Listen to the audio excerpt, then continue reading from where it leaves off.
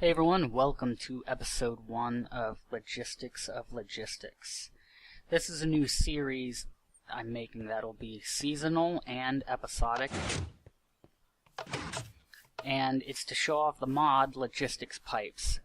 It'll probably be roughly 10 episodes at about 24 minutes each, give or take. In this first episode, I just want to catch you up to speed of where I'm at so we can move forward from there. This is a server I'm on with other people, shared server.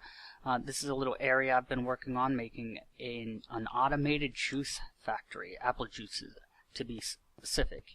I'll go over a little bit about all this, catch you guys up to where I'm at, and then we'll move forward with more details. And some of it will be largely unknown to me, so it'll be chronicling my attempts to further understand logistics pipes. So all of these pipes here that you see with all these green colors and different bands and symbols on them are the logistics pipes. Logistics pipes is essentially a way to make smart networks, like intelligent thinking networks that you train to do a lot of automation. Now, it's been argued a lot that logistics pipes have been set up as a mod against applied energistics, especially with item sorting and storage. But really, they're two different beasts. Applied Energistics ME system really is superior for storage and sorting, while logistics pipes can do some really nice storage and sorting, and it can be really nice and elegant depending on what your setup is and how you use it. But storage and sorting is really an afterthought in logistics pipes. Its main foray is into automation, hooking up machines and systems and having the machines be fed automatically and replenish their supplies automatically and so on. So I'm making an automatic apple juice factory here. And you can see over here I have an oil drum, my little pink oil drum, that is getting oil via an ender tank, and the other ender tank is in an oil field very far from here, which would require a chunk loader, which we currently aren't allowed to use, and I don't know if we'll ever be, but that's okay with me. I had a friend wait here in this chunk while I went over to the chunk where the field is. Here's where we are at right now. And, the oil field is way over here to the northwest. Very far, you can see, to here. And there's another oil field nearby I can move to if I need to. And that's where I'm getting my oil from right now. And so I went ahead and filled this tank up a little bit already. You can see. And just to get things started. And that is going to be pumped in just with a redstone pipe and cobblestone fluid pipe into my oil refinery, which will turn that into fuel. And this still needs a power supply. So I need to find and hook up a power supply to run the oil refinery. And once that's hooked up, it will produce the fuel, which will then be fed through here into this combustion engine, which is already getting filled up with water via an aqueous accumulator and pipe right here. And it's going into the side. It's also filling up the squeezer, which the combustion engine will fuel, which will power, I mean. And the fermenter is right here, getting the water it needs, and it just is missing the fuel. It needs saplings and a catalyst, which is like compost or mulch. And the saplings are going to be coming automatically from over here. Now I have a harvester from Minefactory Reloaded mod that goes right here in between this bat box and this void pipe, and it will connect to this diamond transport.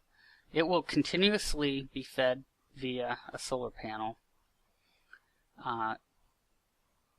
and it will continuously break down this monstrous tree I've got going here to harvest saplings. The saplings will be fed in two directions. Some of them will go down and under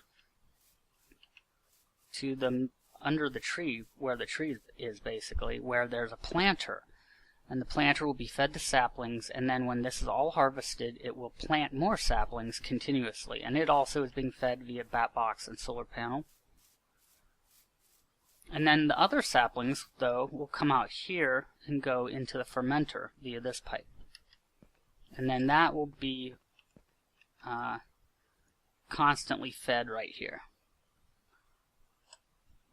The compost, well, I was using compost manually, but I'm going to use mulch because I have a squeezer over here which is ultimately giving me my apple juice, but a byproduct it produces will be mulch, and I'm pumping that out with another logistics pipe which will be fed into the bottom via this weird hookup you see here into the bottom of the fermenter. So that will create a circular automatic system.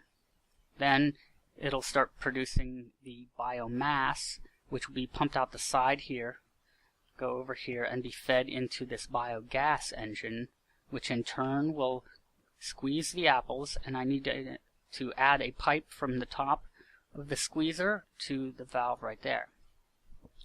That will just fill up the apple juice. Now the apples are coming from my orchard over here, and I have a Mind Factory Reloaded picker fed by another solar panel and bat box, and it continuously will pick the apples as long as it has power and feed them into this logistics supplier pipe and down a chain which goes underground, and it actually does not connect to this gold pipe. That's something else. But it goes behind here, and you can see one apple traveling already through there, and it will go up the pipe, and let's watch it, and it will be fed to the deep storage unit on the right. You can see the deep storage unit sucked it up.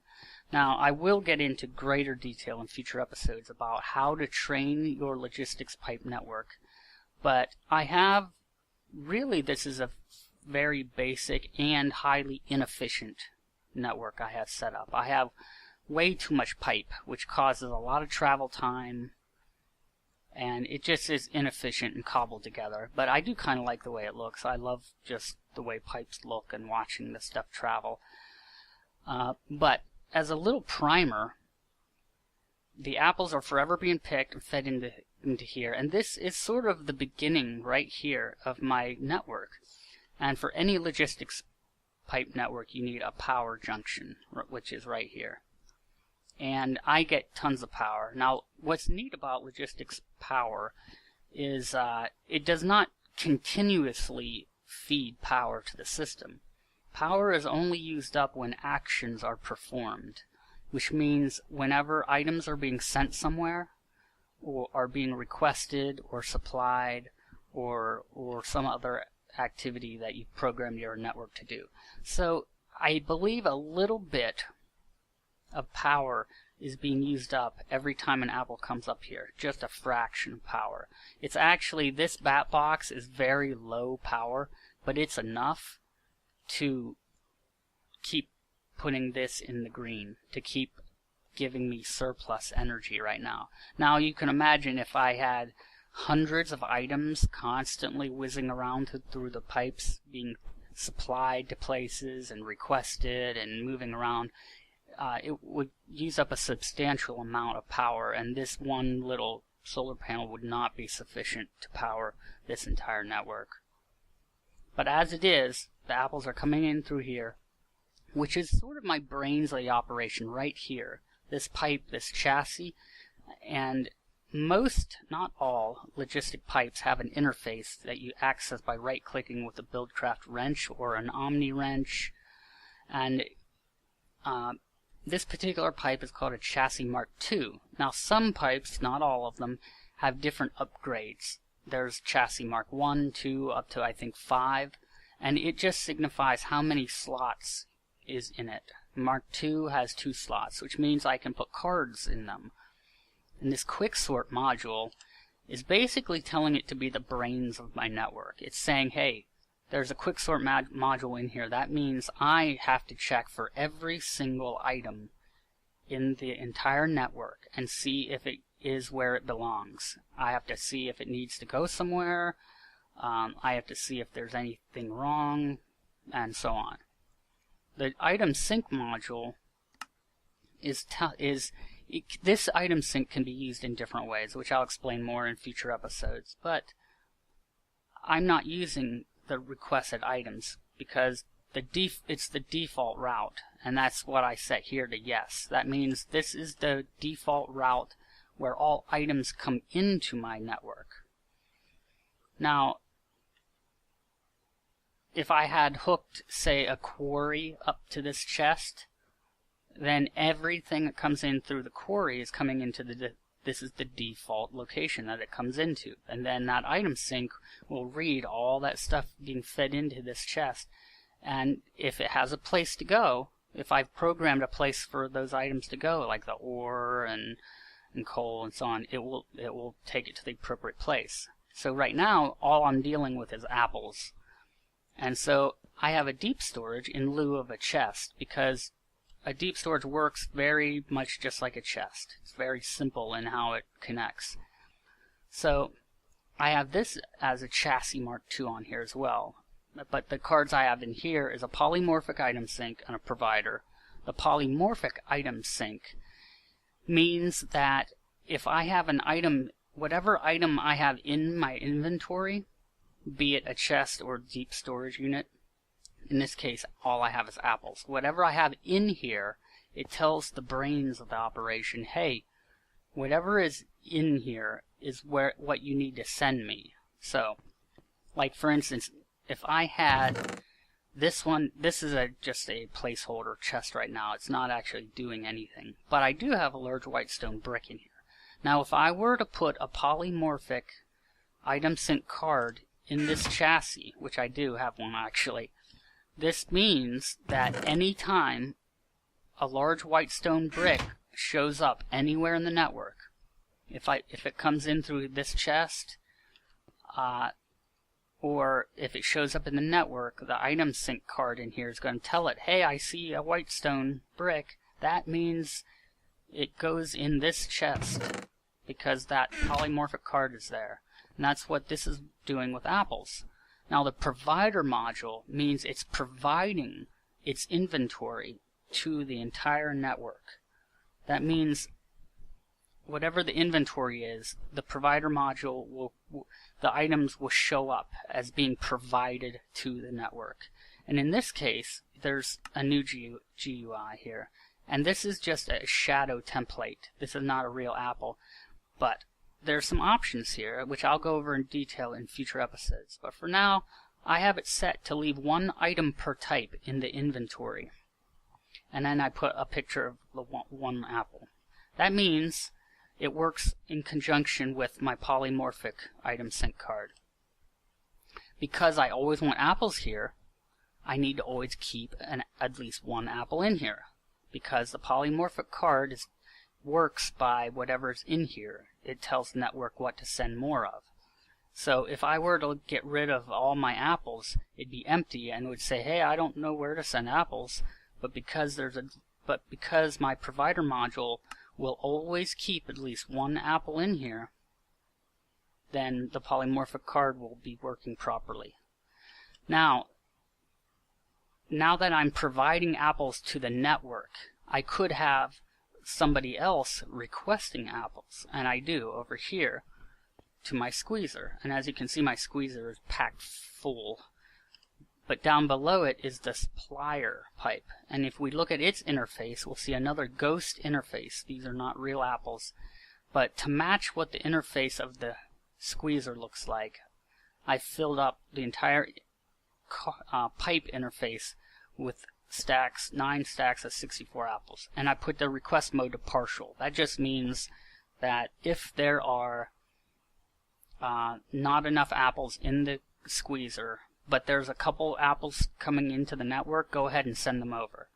You could also set it to only full or whatever. That way it will only send apples if there's enough to meet this demand. So that means even if there was 2 apples in that deep storage, it would not send them. It would not send them until there was 9 times 64. But I have it on partial yes. But since it's filled up, where do the apples go? Well, they just simply go into the deep storage until this requests more. So in the meantime, my deep storage just keeps getting filled up. As you can see, I currently have 2,347. So apples are coming from over there to back here. They're getting sorted into here. Then whenever the squeezer will need them, it'll send the appropriate amount up through here, along here, down this pipe, and over into here. And then this whole side of the network here, with the tank, the engines, the water, and all that, I don't really need all the logistic pipes that you see, because this is still a learning process for me as well, which will be part of my show, learning how to more efficiently use logistics pipes, and how to learn more about them to do more complex things, how to be simpler about it and make maybe more compact builds. But this system here is it should work. I do need to do a little bit of testing to ensure that I believe I have it set up correctly for the fuel to get to the engine. I might need a redstone pump, but that's easy enough. So once I fuel the refinery, get the pump, the redstone engine, that should fuel into my combustion engine, which will then, I might need a lever to turn it on. And I will then start powering this, and then I need to lay down that harvester, like I said. And it should work. This part should work, because this fluid provider will be providing biomass through these pipes. And you'll notice I'm using a combination of fluid and normal pipes. A nice thing about logistics pipes is they don't require the specifics of the Buildcraft pipes. You could actually connect regular cobblestone up to logistic fluid pipes and it would work, because logistic pipes convert liquid into a different kind of capsule form, and then it sends capsules as if they are items through the regular Buildcraft pipes and then into the machine. And this is the supplier part here. Well, this is a provider right there, but over here to supply the biomass to them. And now these should not get mixed up, because I programmed the provider. Well, I don't have this currently programmed, but you can click in this box here and it will show you everything that's on your server or in your single player game. Anything that's in your world as a liquid, it will show up here. And as you can see, here's oil, but we're not using oil, we're going to be using fuel. So I could set it to fuel, and then I could set partial request to no. That means it will not send fuel unless it has all the fuel to send. But I'll go ahead and put yes, and I can program that to partial. Now over here, this is going to go the other way. This is going to provide, and I could program this to provide mulch. You can leave this empty for all, so I need to test it. But I believe all byproducts come out of the side by default of a forestry engine. But I also could just put the placeholder for mulch there. And then it's going to provide mulch, and then over here, it will go down there, and then to that bottom pipe. And then I could say items to keep stock. Keep 64 of these stocked. So it should keep 64 in here, stocked of mulch. And it can be partial, so I have it on partial. And that should, like I said, once the power is supplied to the oil refinery, that's mainly all I need to get this up and running and to flip the on switch and to actually test it out. So very soon here we will be ready to test and see if this automatic juice factory works. And it should work out well, even if I didn't test for efficiency though. But the nice thing about logistics pipes is you can over time refine them and make them better. You reprogram them.